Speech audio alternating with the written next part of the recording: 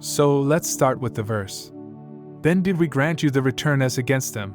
We gave you increase in resources and sons, and made you the more numerous in manpower. Quran 17:6. This verse highlights an important moment in history when the Israelites, specifically the people of Judah, were granted a second chance after being freed from Babylonian captivity.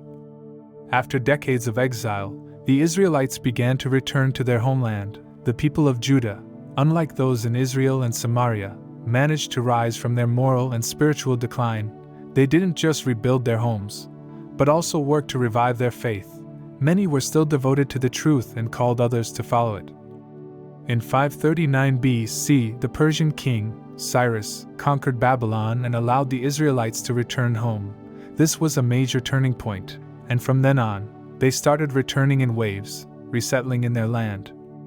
One of the key moments during their return was the rebuilding of the Temple of Solomon, which had been destroyed during the Babylonian conquest. Despite opposition from surrounding communities, the Persian king Darius appointed Zerubbabel, a descendant of the last king of Judah, to govern the region. Under the leadership of prophets like Haggai and Zechariah, the temple was finally restored. Then, in 458 BC, a key figure named Ezra arrived in Judah.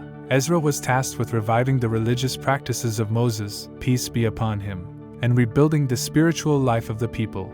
With the support of King Artaxerxes of Persia, Ezra enforced the law, educated the people, and purged the community of moral weaknesses. He even compelled the Israelites to divorce idolatrous wives and return to the worship of God alone. However, not all Israelites were on board with the religious revival.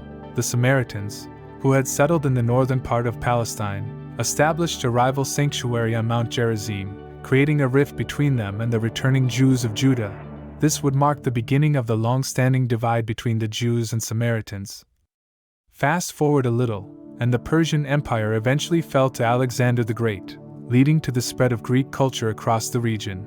The Seleucid Empire, which took control of Palestine, brought a new wave of foreign influence. Some Israelites embraced Greek culture, while others resisted, which created a split within the Jewish community.